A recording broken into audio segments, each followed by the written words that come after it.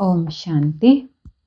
27 दिसंबर 2021 बाबा दी साकार मुरली। बाबा ने कहा, मीठे बच्चे, भारत भूमि सुखदाता बाप दी जन्म भूमि है। ਤਾਂ ਬਾਪ ਹੀ ਆ ਕੇ ਸਾਰੇ ਬੱਚਿਆਂ ਨੂੰ ਦੁੱਖ ਤੋਂ ਲਿਬਰੇਟ ਕਰਦੇ ਨੇ। ਬਾਬਾ ਕਹਿੰਦੇ, ਮਿੱਠੇ ਬੱਚੇ, ਭਾਰਤ ਭੂਮੀ ਸੁਖਦਾਤਾ ਬਾਪ ਦੀ ਜਨਮ ਭੂਮੀ ਹੈ। ਤਾਂ ਬਾਪ ਹੀ ਆ ਕੇ ਸਾਰੇ ਬੱਚਿਆਂ ਨੂੰ ਦੁੱਖ ਤੋਂ ਲਿਬਰੇਟ ਕਰਦੇ ਨੇ। ਪ੍ਰਸ਼ਨ ਹੈ, ਸਭ ਤੋਂ ਉੱਚੀ ਬੜੀ ਲੰਬੀ ਕਹਾਣੀ ਕਿਹੜੀ ਹੈ ਜੋ ਤੁਸੀਂ ਬੱਚਿਆਂ ਦੇ ਲਈ कॉमन है? सब तो ऊंची वड्डी लंबी कहानी केड़ी है जो तुसी बच्चों दे लई कॉमन है? उत्तर है, इस ड्रामा दे आद मध्य अंत दी कहानी बड़ी लंबी ते ऊंची ने। इस कहानी नू मनुष्य नहीं समझ सकदे। तुसी बच्चों दे लई तां यह कहानी कॉमन है। तुसी जानते हो यह ड्रामा किवें हू बहू रिपीट हुंदा है, यह सीढ़ी किवें फिरदी रहिंदी है। गीत है ओम नमो शिवाय। ओम शांति। मिठे मिठे सिक्की लदे बच्चों ने महिमा दा गीत सुनिया। किहदी महिमा? ऊंचे ते ऊंच भगवान दी, जिन्हों पतित पावन दुख हरता सुख करता भी कहंदे ने। सुख देण वाले नूं याद किया जाता है। बहुत बच्चे जानते ने दुख देण वाला एक ही परम पिता परमात्मा है।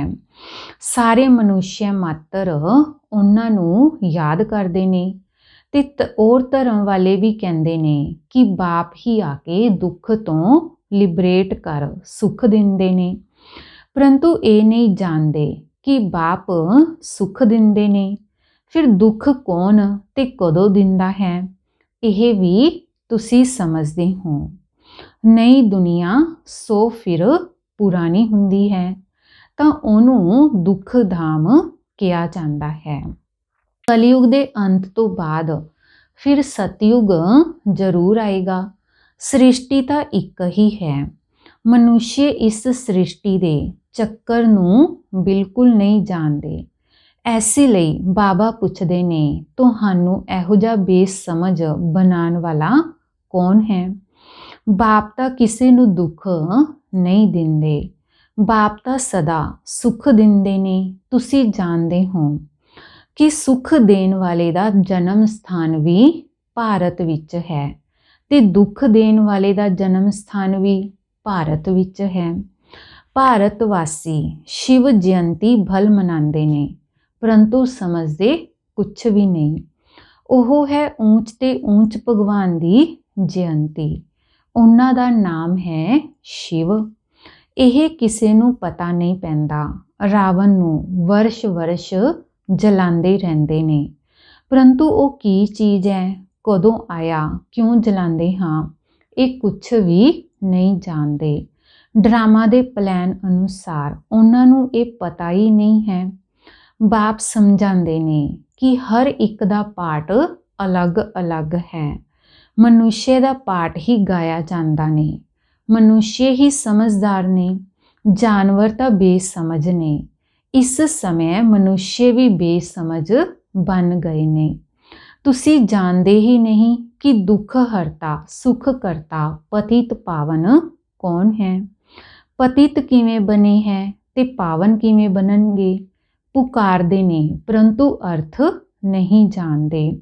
इस समय है ही भगती मार्ग, तां शास्त्र भी सब भगती मार्ग दे ने। शास्त्रां विच कोई सदगति का ज्ञान नहीं है। कहंदी भी ने ज्ञान भगती ते विराग्य, बस इन्ना बुद्धि विच आंदा है, पर इसका अर्थ नहीं जानते। ज्ञान का सागर एक ही परम पिता परमात्मा है, तो जरूर उन्होंने ज्ञान देना है। ओही सतगुरु सदगति दाता है। इसलिए उन्होंने पुकारते ने कि आके दुर्गति तो बचाओ। ਦੁਆਪਰ ਵਿੱਚ ਅਸੀਂ ਪਹਿਲਾ ਸਤੋ ਪ੍ਰਧਾਨ ਪੁਜਾਰੀ ਬਣਦੇ ਹਾਂ, ਫਿਰ ਪੁਨਰ ਜਨਮ ਲੈਂਦੇ ਉਤਰਦੇ ਆਂਦੇ ਹਾਂ। ਜੋ ਵੀ ਮਨੁੱਖ ਆਂਦੇ ਨੇ ਸੀੜੀ ਤਾਂ ਜ਼ਰੂਰ ਉਤਰਨਗੇ ਹੀ। ਭਲ ਬੁੱਧ ਆਦਿ ਦਾ ਨਾਮ ਸੀੜੀ ਵਿੱਚ ਨਹੀਂ ਦਿੱਤਾ। ਅਗਰ ਉਹਨਾਂ ਨੂੰ ਦਿਖਾਈਏ ਵੀ ਤਾਂ ਉਹ ਵੀ ਉਹਨਾਂ ਦੀ ਸੀੜੀ ਤੋਂ ਉਤਰਨੀ ਹੀ ਹੈ। ਤਾਂ ਉਹਨਾਂ ਨੇ ਵੀ ਸਤੋ ਰਜੋ ਤਮੋ ਵਿੱਚ ਆਣਾ ਹੀ ਹੈ। ਹੁਣ ਤਾਂ ਸਭ ਹੀ ਤਮੋ ਪ੍ਰਧਾਨ ਨੇ ਤਾਂ ਬਾਪ ਸਮਝਾਉਂਦੇ ਨੇ। ਇਹ ਸ਼ਾਸਤਰ ਸਭ ਭਗਤੀ ਮਾਰਗ ਦੇ ਨੇ, ਜਿਹਦੇ ਵਿੱਚ ਅਨੇਕ ਪ੍ਰਕਾਰ ਦੇ ਕਰਮ ਕਾਂਡ ਨੇ। ਗਿਆਨ ਦੇਣ ਵਾਲਾ ਇੱਕ ਹੀ ਗਿਆਨ ਸਾਗਰ ਬਾਪ ਹੈ। ਤਾਂ ਗਿਆਨ ਸਾਗਰ ਹੀ ਆ ਕੇ ਸੱਚਾ ਗਿਆਨ ਸੁਣਾਉਂਦੇ ਨੇ। ਅੱਧਾ ਕਲਪ ਨੇ ਦਿਨ, ਉਹਦੇ ਵਿੱਚ ਭਗਤੀ ਦੀ ਗੱਲ ਹੀ ਨਹੀਂ। ਦਿਨ ਵਿੱਚ ਕਦੇ ਠੋਕਰਾਂ ਨਹੀਂ ਖਾਂਦੇ, ਉੱਥੇ ਤਾਂ ਸੁੱਖ ਹੀ ਸੁੱਖ ਨੇ। ਉਹ ਬਾਪ ਦਾ ਵਰਸਾ ਤੁਹਾਨੂੰ ਕਲਪ ਦੇ ਸੰਗਮ ਤੇ ਮਿਲਦਾ ਹੈ। ਇਹ ਗਿਆਨ ਬਾਪ ਉਹਨਾਂ ਹੀ ਬੱਚਿਆਂ ਨੂੰ ਦਿੰਦੇ ਨੇ ਜਿਨ੍ਹਾਂ ਨੂੰ ਕਲਪ ਪਹਿਲੇ ਦਿੱਤਾ ਸੀ ਤੇ ਕਲਪ ਕਲਪ ਦਿੰਦੇ ਰਹਿਣਗੇ। ਉਹਨਾਂ ਦੀ ਬੁੱਧੀ ਵਿੱਚ ਹੀ ਬੈਠੇਗਾ ਕਿ ਰਚਿਤਾ ਹੀ ਰਚਨਾ ਦਾ ਗਿਆਨ ਦੇ ਰਹੇ ਨੇ। ਚਿੱਤਰ ਕਿੰਨੇ ਬਣਾਉਂਦੇ ਨੇ, ਫਿਰ ਉਹਨਾਂ ਦੇ ਕੈਲੰਡਰਸ ਵੀ ਬਣਨਗੇ। ਨਵੀਂ ਚੀਜ਼ ਕੋਈ ਨਿਕਲਦੀ ਹੈ ਤਾਂ ਬਹੁਤ ਫੈਲਦੀ ਹੈ। ਹੁਣ ਭਾਰਤ ਵਿੱਚ ਰਚਿਤਾ ਬਾਪ ਆ ਕੇ ਰਚਤਾ ਤੇ ਰਚਨਾ ਦਾ ਗਿਆਨ ਦੇ ਰਹੇ ਨੇ, ਤਾਂ ਇਹ ਵੀ ਫੈਲੇਗਾ ਤੇ ਬਾਹਰ ਸਾਰਿਆਂ ਦੇ ਕੋਲ ਜਾਏਗਾ। ਫਿਰ ਉਹ ਕਹਿ ਨਹੀਂ ਸਕਣਗੇ ਕਿ ਅਸੀਂ ਸਵਰਗ ਵਿੱਚ ਕਿਉਂ ਨਹੀਂ ਆਉਂਦੇ। ਸਾਰਿਆਂ ਨੂੰ ਪਤਾ ਲੱਗ ਜਾਏਗਾ ਬਣਿਆ ਬਣਾਇਆ ਡਰਾਮਾ ਹੈ, ਇਹਦੇ ਵਿੱਚ ਫਰਕ ਨਹੀਂ ਪੈ ਸਕਦਾ। ਦੁਨੀਆ ਵਿੱਚ ਤਾਂ ਅਨੇਕ ਮਤਾਂ ਨੇ, ਕੋਈ ਕਹਿੰਦੇ ਨੇਚਰ ਨੇ, ਕੋਈ ਕਹਿੰਦੇ ਆਤਮਾ ਨਿਰਲੇਪ ਨੇ। ਪਿਛਾੜੀ ਵਿੱਚ ਇੱਕ ਬਾਪ ਦਾ ਹੀ ਸੁਣਨਗੇ, ਸਮਝਣਗੇ ਬਰੋਬਰ ਅਸੀਂ ਇਸ ਡਰਾਮਾ ਦੇ ਐਕਟਰਸ ਹਾਂ। ਤਾਂ ਇਹ ਵੈਰਾਈਟੀ ਧਰਮਾਂ ਦਾ ਝਾੜ ਹੈ। ਸਾਰਿਆਂ ਦੀ ਬੁੱਧੀ ਦਾ ਤਾਲਾ ਖੁੱਲ੍ਹ ਜਾਏਗਾ। ਹੁਣ ਤਾਲਾ ਬੰਦ ਹੈ। ਤੁਹਾਡੇ ਧਰਮ ਦੀ ਤਾਂ ਗੱਲ ਹੀ ਅਲੱਗ ਨੇ। ਬਾਕੀ ਤਾਂ ਡਰਾਮਾ ਪਲਾਨ ਅਨੁਸਾਰ ਉਹ ਸਵਰਗ ਵਿੱਚ ਆ ਨਹੀਂ ਸਕਦੇ। ਤੁਹਾਡਾ ਧਰਮ ਸਥਾਪਕ ਫਲਾਣੇ ਸਮੇਂ ਤੇ ਆਇਆ। ਕ੍ਰਾਈਸਟ ਕੋਈ ਸਵਰਗ ਵਿੱਚ ਥੋੜਾ ਹੀ ਆਊਗਾ। ਤਾਂ ਇਹ ਸਭ ਗੱਲਾਂ ਇਸ ਝਾੜ ਵਿੱਚ ਹੀ ਬੁੱਧੀ 'ਚ ਆਉਣਗੀਆਂ। ਤਾਂ ਸੀੜੀ ਨਾਲ ਨਹੀਂ, ਝਾੜ ਬੜਾ ਅੱਛਾ ਨੇ, ਸਮਝਣਗੇ ਤਾਂ ਇਹ ਤਾਂ ਬਣਿਆ ਬਣਾਇਆ ਨਾਟਕ ਹੈ। ਬਾਕੀ ਯੋਗ ਦੀ ਗੱਲ ਤਾਂ ਤੁਸੀਂ ਸਮਝਦੇ ਹੋ। ਅਸੀਂ ਪਾਵਨ ਬਣ ਬਾਪ ਨੂੰ ਯਾਦ ਕਰਾਂਗੇ ਤਾਂ ਵਿਕਰਮ ਵਿਨਾਸ਼ ਹੋਣਗੇ। ਜਦੋਂ ਯੋਗ ਯੁਕਤ ਹੋ ਜਾਵਾਂਗੇ ਤਾਂ ਬਾਬਾ ਕਹਿੰਦੇ ਤਾਂ ਆਪਦਾ ਵੀ ਪਤਾ ਲੱਗ ਜਾਏਗਾ। ਰਚਤਾ ਤੇ ਰਚਨਾ ਦੀ ਨੌਲੇਜ ਅੱਗੇ ਚੱਲ ਕੇ ਸਭ ਸਮਝਣਗੇ। ਹੁਣ ਨਹੀਂ ਤਾਂ ਡਰਾਮਾ ਵੀ ਬੜਾ ਯੁਕਤੀ ਨਾਲ ਬਣਿਆ ਹੋਇਆ ਹੈ। ਲੜਾਈ ਤਾਂ ਲੱਗਣੀ ਹੀ ਹੈ। ਹੁਣ ਤੁਹਾਡੀ ਬੁੱਧੀ ਵਿੱਚ ਇਸ ਡਰਾਮਾ ਦਾ ਰਾਜ ਨੇ। ਅਗਰ ਕੋਈ ਨया ਆ ਜਾਂਦਾ ਹੈ ਤਾਂ ਸ਼ੁਰੂ ਤੋਂ ਲੈ ਕੇ ਸਮਝਾਉਣਾ ਪੈਂਦਾ ਹੈ। ਇਹ ਬੜੀ ਲੰਬੀ ਕਹਾਣੀ ਹੈ ਬਹੁਤ ਉੱਚੀ, ਮਗਰ ਤੁਹਾਡੇ ਲਈ ਕਾਮਨ ਹੈ।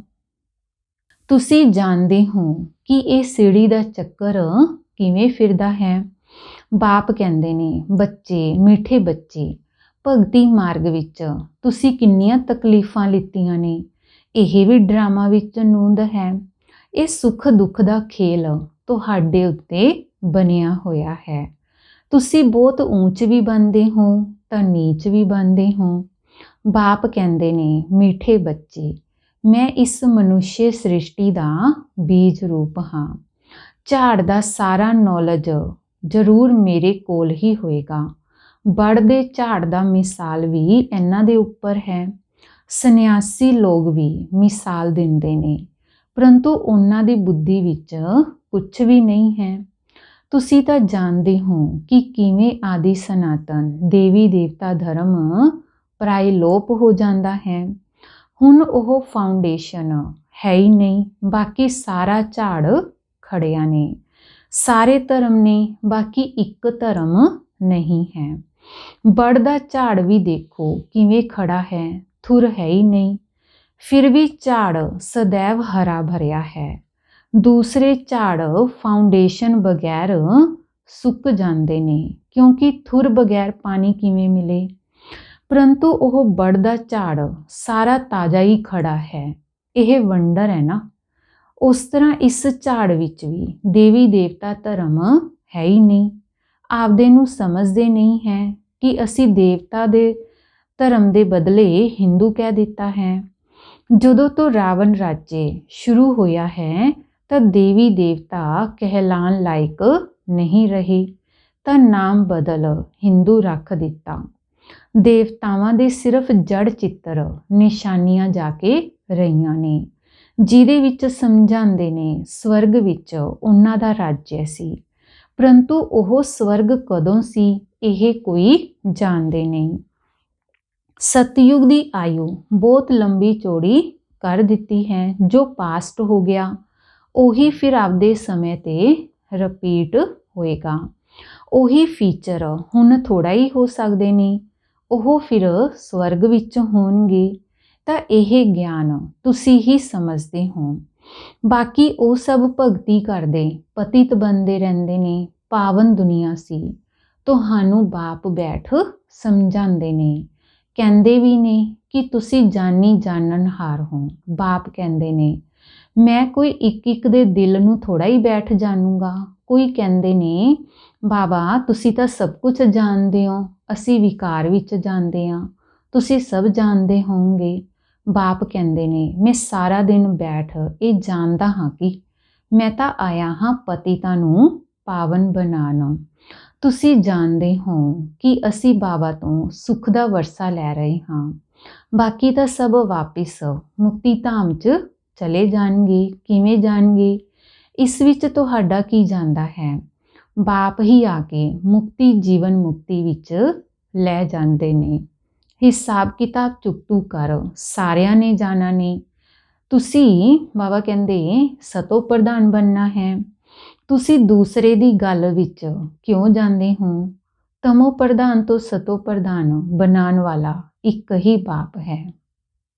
भगती मार्ग विच ज्ञान दी रत्ती नहीं हुंदी। कहंदे ने ज्ञान ते भगती, पुछो ज्ञान किन्ना समय ते भगती किन्ना समय चलदी है, तो कुछ भी दस नहीं सकते।